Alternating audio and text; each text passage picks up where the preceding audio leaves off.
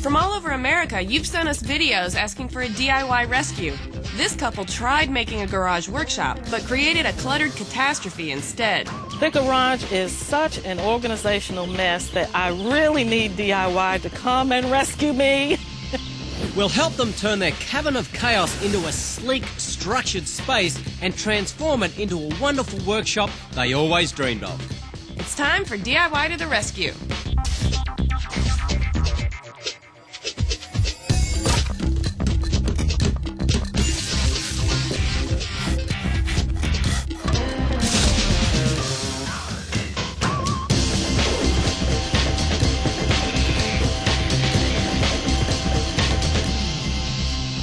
Welcome to DIY to the Rescue. I'm Amy Devers. And hi, I'm Carl Champley.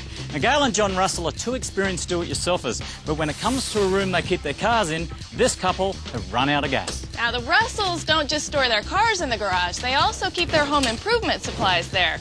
And right now, they're having trouble even finding their tools, much less using them. So we're going to teach this couple how to change that garage from a place that no one wants to be to an organised workspace they may not want to leave.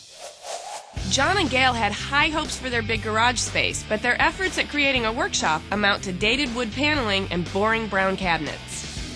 One of the things we're looking for in this area is a lot more storage, but I'd like for it to look a whole lot better than what it is now.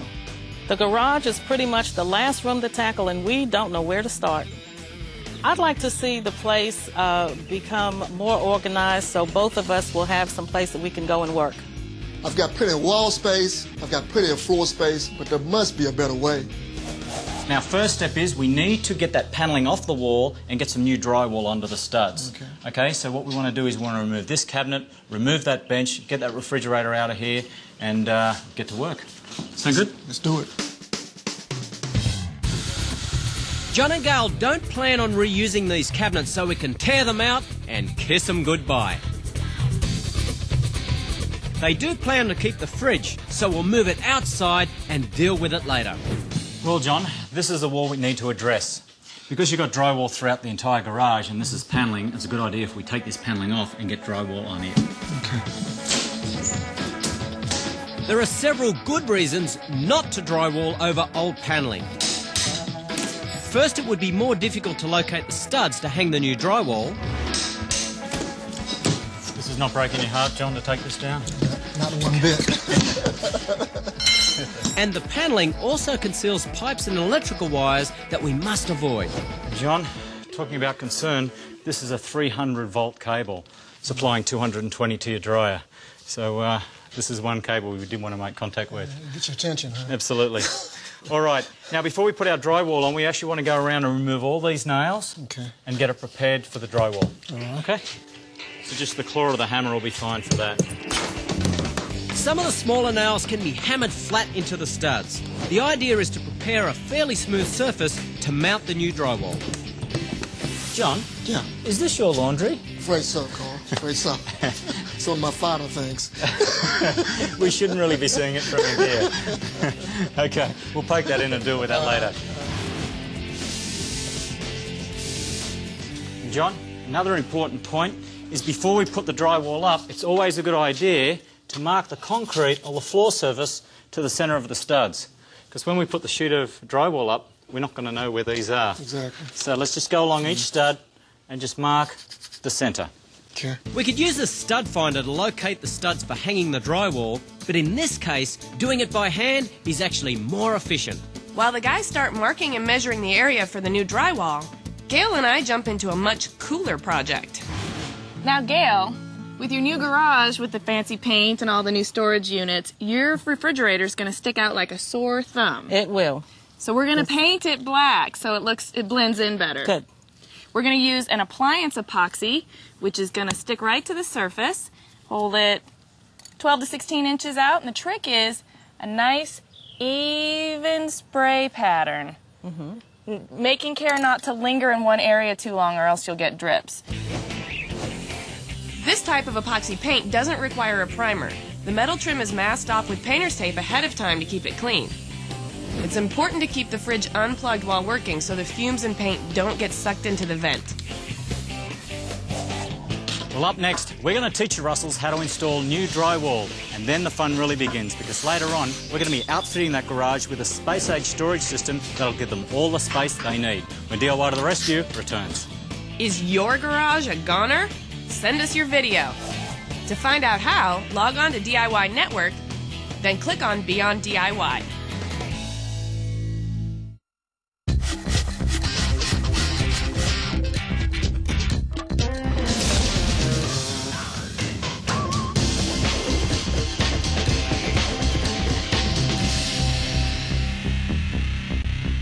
Welcome back to DIY to the Rescue. We're showing John and Gail Russell how to completely redo their garage. And it all starts with the walls. We've already got the old paneling out. Now it's time to put the new drywall in. Back to work. With everything measured and marked, it's time to bring in the first piece of drywall. These are drywall screws. I'm using 1.25 inches, and 1.25 inches is going to be a sufficient length to go through a 1/2 inch drywall and into the stud. Okay. Now, it's very important that when we actually screw through drywall, we don't want to screw the screw too deep. We just want to get it just below the paper. Okay, let me show you.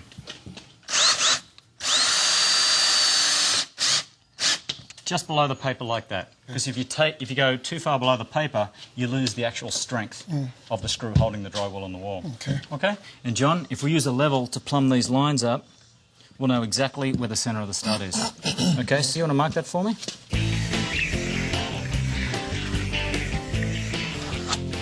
Perfect. Okay, that's all we need.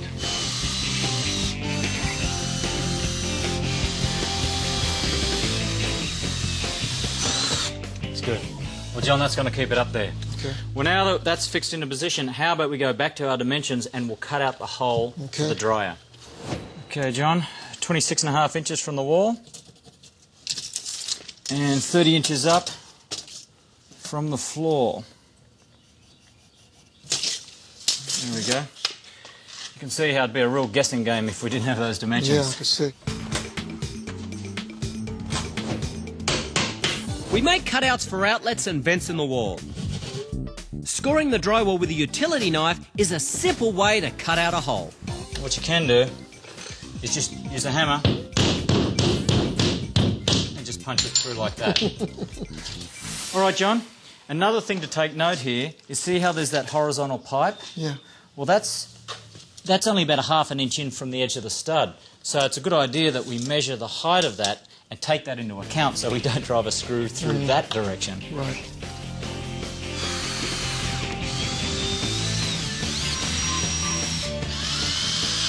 Great.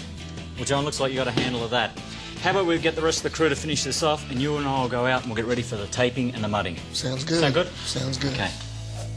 Well, you can't very well have a new workshop without a workbench, can you? No.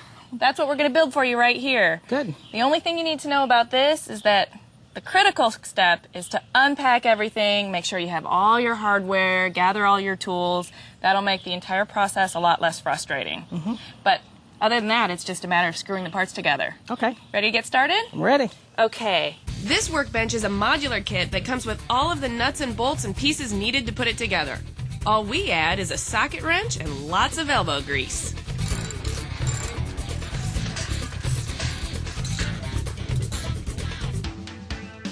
The kit even comes with a power strip that screws onto the back of the work surface.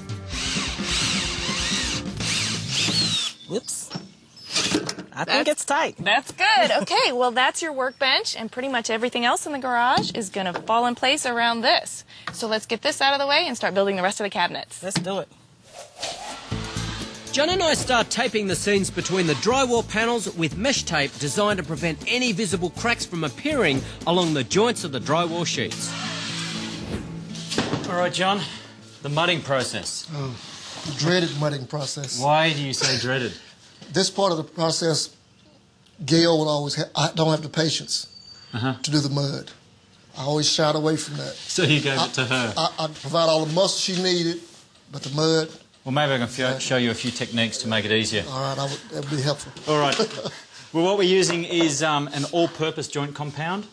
And what that means is all-purpose can be used to fill the joints and fill the holes and it can also be used to put a topping coat on. Just take some out, get some in, just like that. And it's always a good idea too, even though it's fresh out of the bucket and it's pre-mixed, it's a good idea to just mix it up a little bit once you've got it in the trough. Okay? So it takes lumps and different, makes it smooth when you put it on? Just in case it's not fully mixed. Okay. Now, a couple of things. The edges of the drywall sheets are recessed. And the reason they're recessed is so that we can put mud over that tape and the sheets will still be flat. Okay. So we don't want to be putting too much on so we have a lump. We just want to put enough on to cover the tape, and the second coat we'll put a little bit more on and then we'll sand that down. Okay.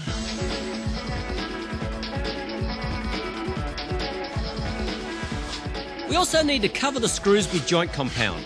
We just partially mud the trowel blade since it's a smaller surface area to cover. There's no need to sand between coats. We just make sure it dries thoroughly before starting on the skim coat.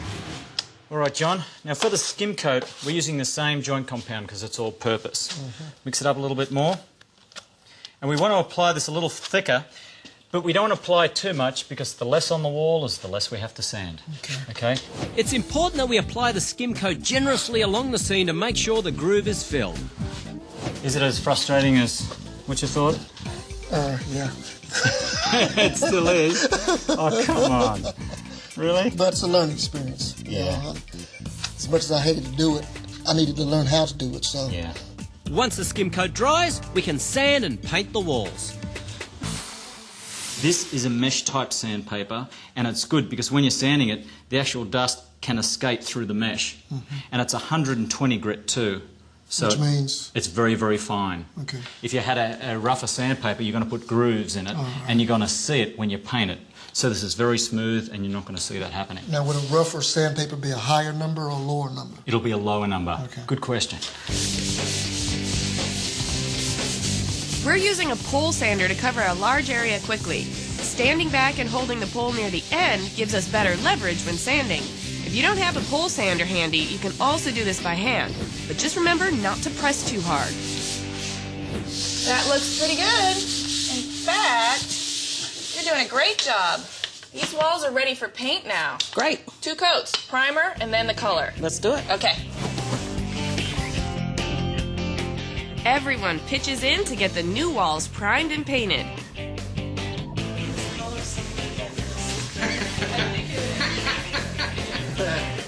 We use rollers for the large areas and a regular paintbrush to cut in around the door. The gloomy garage is looking lighter and brighter already. Good. There you go. Coming up, we put the fun back in functional with a cool cabinet system that's sensible and stylish. When DIY to the rescue continues.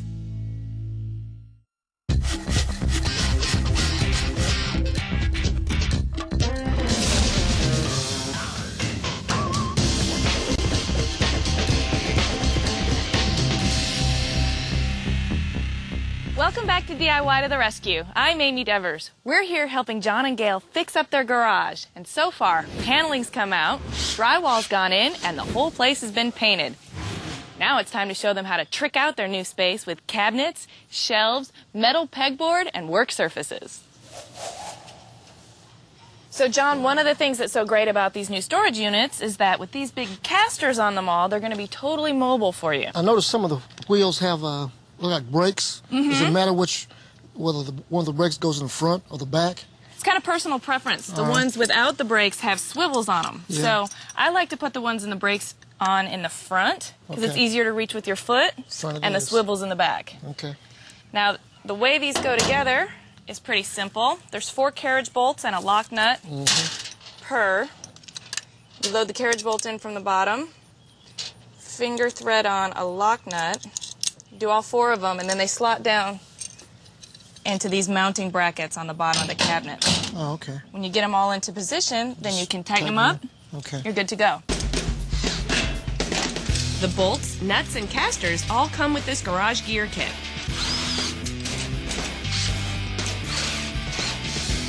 It even comes with rubber bumpers for the bottom edges to prevent denting as they roll around.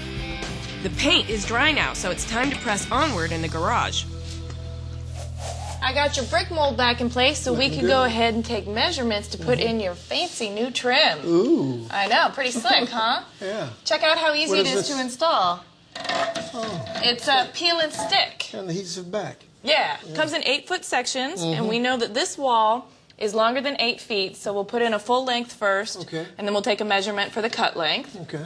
And then over here on this corner, you've got 8-foot ceilings, which is lucky for us Yeah. because the corner trim comes in 8-foot sections as well. So we can just peel and stick these in place. Okay. And then when this is in place, we can get a measurement down here For the smaller for that section. piece. Okay.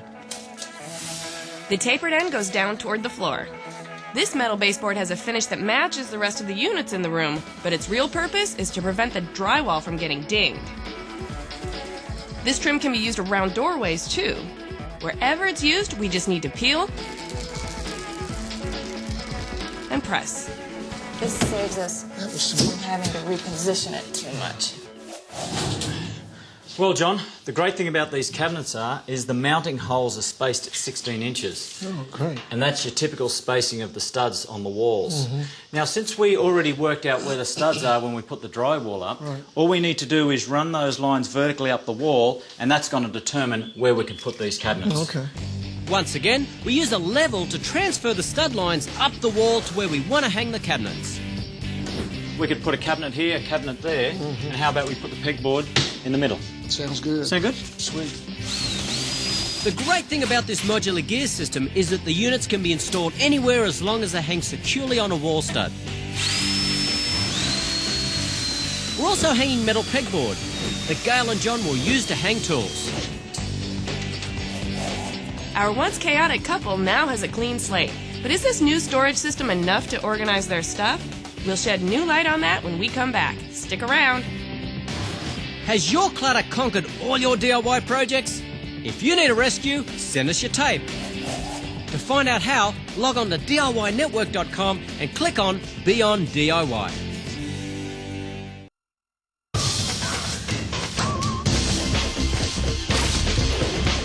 Welcome back to DIY to the Rescue. We've shown John and Gail that a garage can be gorgeous. Now it's time to see if they have the follow-through to finish it.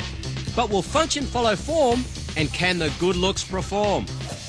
Well, Gail, this little area is starting to take shape, don't you think? It is. It looks great. For a garage, it looks fantastic. Yeah, it does. Well, this light we have directly above us, it's a fluorescent light. For a garage, it's perfect. You know, they're cheap and they really do the job. However, since everything is looking so good, we have something else to finish it off. And that is another fluorescent light, but take a look at that. Yes, we have to match. We have to match. Yes. So how about we take that down and put the new one up? Okay, let's get to it. These lights have a metal finish that matches the rest of the garage gear set. The metallic cover also helps to reflect more light from the fluorescent bulb around the room. We just hang them up, plug them in, and pull the cord. Let there be light. Let there be light. It's finally time to fill this space with the stuff that was once lying around the garage. We have no problem finding a place for everything that's clear, secure, and easy to access. When we arrived, dated wood paneling and cabinets clad the walls. Now the freshly painted drywall brightens the space and metal baseboards give the wall some flair. Before, the light-coloured fridge was an eyesore covered in clutter, but with a fresh coat of paint, it's now part of the decor. This garage started out with so much clutter John and Gail could hardly get around. Now, with a matching new workbench, new cabinets, pegboard, and shelving, all of their stuff has a home, and the garage looks orderly, open, and organized. Oh, wow. This far exceeds my expectations. Well, I'm just impressed how everything's organized now. Anything, any tool we need, we know where it is. And just having those contrasts with the stainless steel, the black refrigerator, and the walls, it really just brightens it up.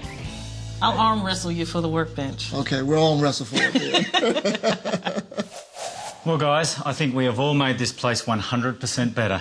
Hey, just having that paneling down and those old kitchen cabinets has really opened up this area. Yeah, that removal, that paneling was a great idea. Great I think. idea. Great And just look idea. at all this usable space you have now. I know. It's so much neater and it's cleaner. We'll be able to find things. Yes, That'll and be it's good. easier on the eyes, Yes. too. Much easier. Appreciate it, gang. Okay. Take care. Very much. Thanks. Thank you very much.